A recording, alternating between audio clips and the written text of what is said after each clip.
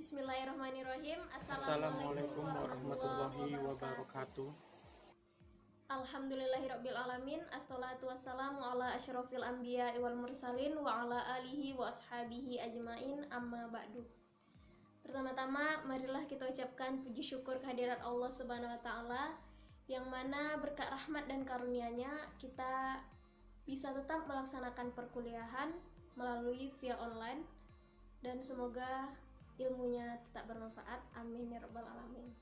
Salawat beserta salam kepada junjungan alam, yakni Nabi Yuna Muhammad Sallallahu Alaihi Wasallam, dengan ucapan Allahumma sholli ala Sayyidina Muhammad wa ala ali Sayyidina Muhammad.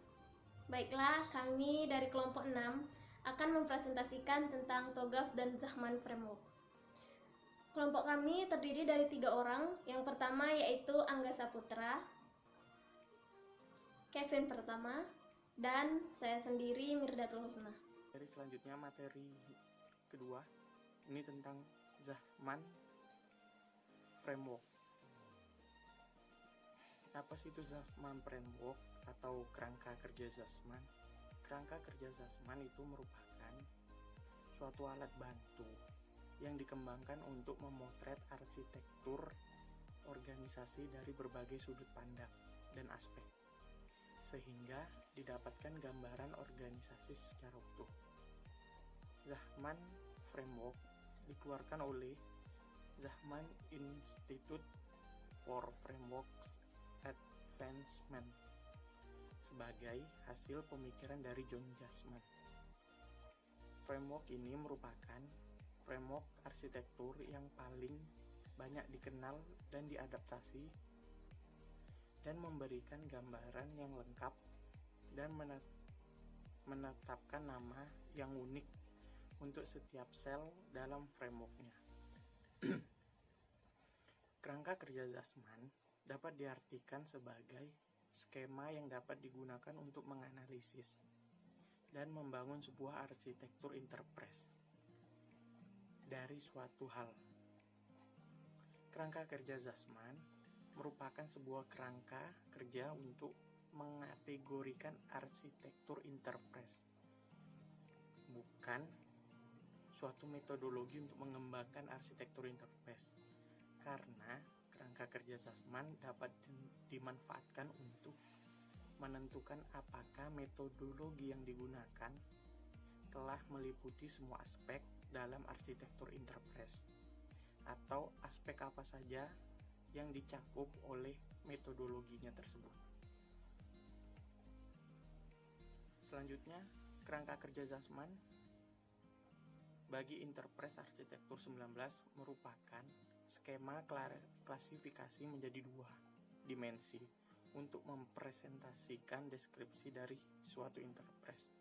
Hal ini diperoleh melalui pengamat terhadap bermacam-macam objek fisik. Salah satunya kerangka kerja yang dikenal diantaranya adalah kerangka kerja Zahman, yang diperkenalkan pada pertama kali oleh John Zahman ini pada tahun 1987. Kemudian diperluas dan diformulasikan oleh Sowa dan Zahman pada tahun 1992. Setiap model kerangka kerja mendefinisikan entitas-entitas arsitektur ke baris-baris dan atribut untuk setiap entitas ke dalam kolom-kolom. Kerangka kerja Zahman bukan suatu metodologi untuk mengembangkan interpretasi arsitektur. Akan tetapi, kerangka kerja ini merupakan kerangka kerja untuk mengkategorikan artefak interpres arsitektur. Kerangka kerja Zahman dapat dimanfaatkan untuk menentukan apakah suatu metodologi itu meliputi semua aspek dalam interpres arsitektur, atau aspek apa saja yang tercakup di dalamnya oleh sebuah metodologinya. John Zahman mendefinisikan kolom dalam matris untuk menggambarkan data, fungsi, lokasi orang-orang yang seharusnya ada dan terlibat dalam organisasi. Waktu, peristiwa yang terjadi, dan motivasi menentukan bagaimana bisnis berjalan.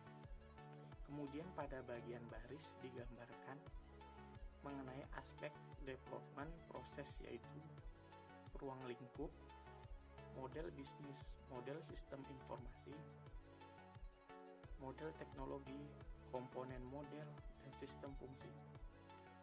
Penjelasannya sebagai berikut. 1. Scope atau planner yang menetapkan objek dalam pembahasan, latar belakang, lingkup, dan tujuan enterprise. Yang kedua, bisnis model atau bisnis owner, penerima atau bahkan pemakai produk atau jasa akhir dari enterprise tersebut. Yang ketiga, ada sistem model atau juga desainer, perantara antara apa yang diinginkan pemilik dan apa yang dapat dicapai secara teknis dan fisik. Yang keempat, teknologi model atau builder, pengawasan atau pengaturan dalam menghasilkan produk atau jasa akhir.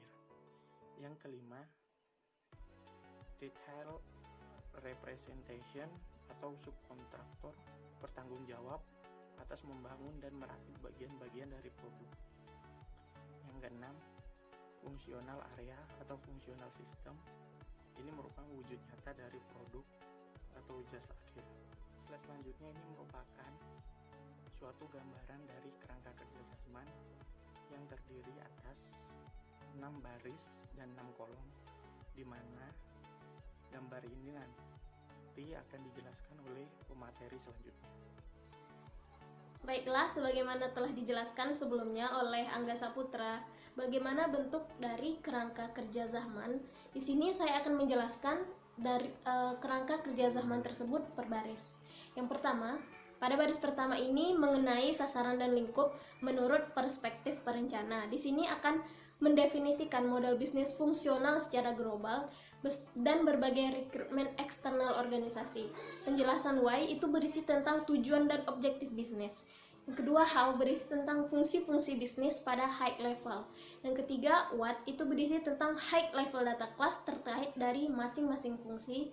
Yang keempat, who ini tentang stakeholder yang terkait pada masing-masing fungsi. Yang kelima, where ini berbagai macam lokasi. Where itu lokasi bisnisnya. Yang keenam, time. When-nya time berisi tentang siklus waktu. Pada baris pertama, Zaman Vermo ini juga disebut dengan arsitektur konseptual. Yang pertama itu why berisi tentang tujuan utama organisasi. Yang kedua, how berisi tentang daftar semua proses yang diketahui. Yang ketiga, what berisi tentang semua entitas dari organisasi yang diketahui. Yang keempat, who daftar dari semua unit organisasi, subunit, dan pengidentifikasian pengguna. Yang kelima itu where tentang lokasi yang sangat penting untuk organisasi, bisa menjadi besar, bisa menjadi kecil juga. Yang keenam, when itu daftar trigger dan cycle yang penting untuk organisasi. Nah, selanjutnya saya akan menjelaskan tentang baris kedua pada kerangka Zahman. Nah, baris kedua ini menjelaskan tentang enterprise model menurut perspektif owner, pemilik. Nah, pada satu ini akan menjelaskan tentang model-model proses bisnis, alokasi fungsi bisnis, dan proses eliminasi fungsi-fungsi yang overlap dan ambigu.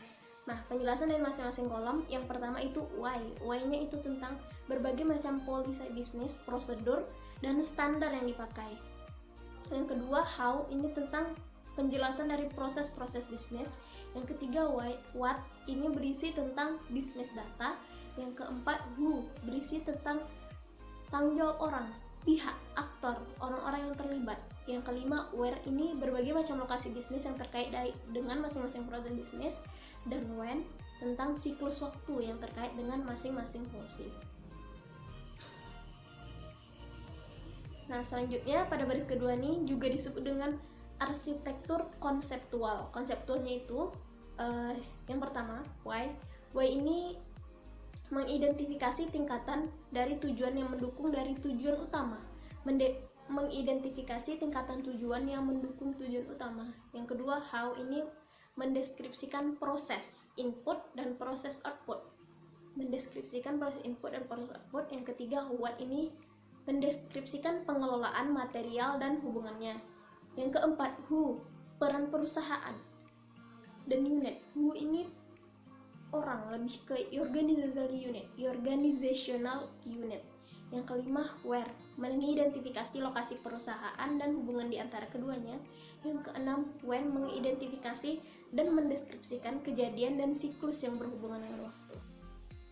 Nah, pada baris ketiga kerangka kerja zaman ini akan mendefinisikan tentang sistem model menurut perspektif desainer atau perancang.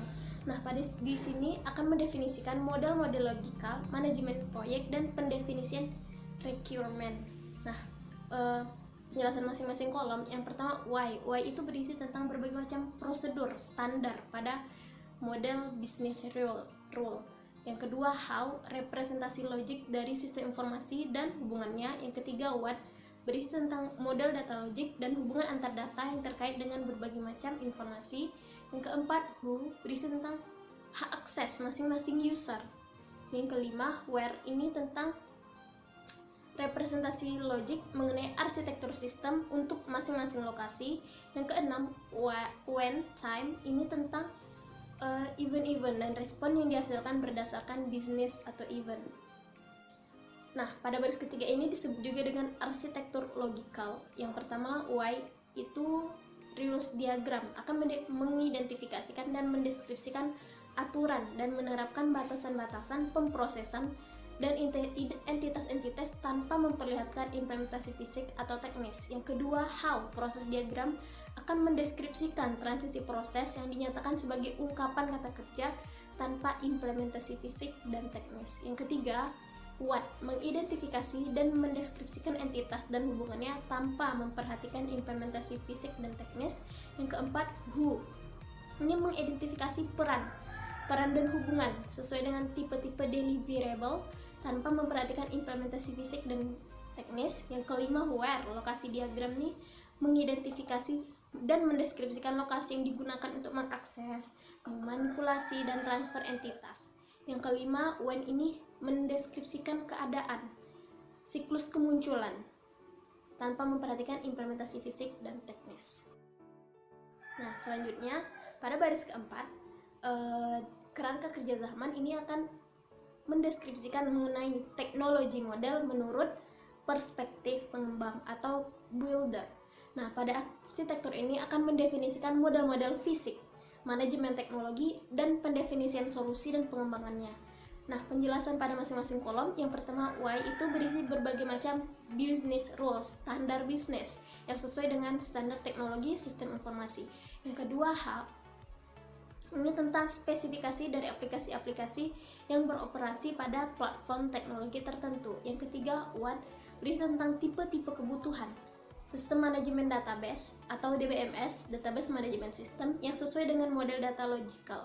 Yang keempat, who, identifikasi hak akses masing-masing user. Where, ini spesifikasi dari perangkat jaringan dan hubungannya dengan batasan fisik sistem. Yang kelima, when, ini spesifikasi trigger untuk merespon event-event pada sistem untuk teknologi spesifik tertentu. Nah, pada baris keempat ini juga biasa disebut dengan arsitektur teknologi fisikal. Fisikal ini penjelasannya masing-masing. Yang pertama, why, itu diekspresikan di dalam bahasa formal yang terdiri dari nama dan logika terstruktur untuk menentukan dan menguji keadaan aturan. Yang kedua, how, ini diekspresikan di dalam bahasa teknologi tertentu, elemen-elemen proses hierarki yang berhubungan dengan pemanggilan proses. Yang ketiga, what, diekspresikan dengan format teknologi khusus. Setiap entity didefinisikan dengan nama, deskripsi, atribut yang menampilkan hubungan antar entity tersebut.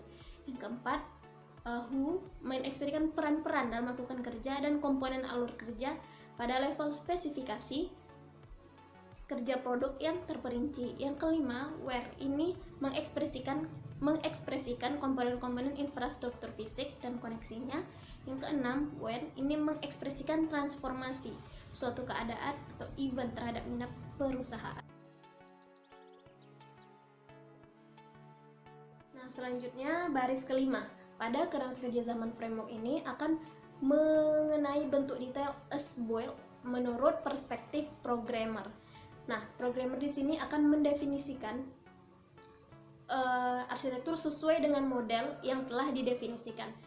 Penjelasan masing-masing kolom. Yang pertama, why itu berisi berbagai macam business role yang sesuai dengan standar teknologi tertentu, standar teknologi sistem informasi. Yang kedua, how ini berisi tentang fungsi-fungsi atau program decoding. Yang ketiga, what berisi data definition yang sesuai dengan model data logikal. Yang keempat, who berisi tentang identifikasi hak akses terhadap sistem decoding tersebut. Yang kelima, where berisi tentang konfigurasi perangkat jaringan yang sesuai dengan spesifikasi kode. Yang keenam, terakhir, when itu berisi tentang pendefinisian timing yang decoding untuk menentukan urutan aktivitas proses dalam suatu teknologi atau platform fisik spesifik. Maksudnya itu seperti alur proses bisnis, timingnya yang tepat. Nah, selanjutnya baris ke-6 atau baris terakhir pada kerangka kerja zaman di sini akan menjelaskan tentang functioning enterprise menurut perspektif user.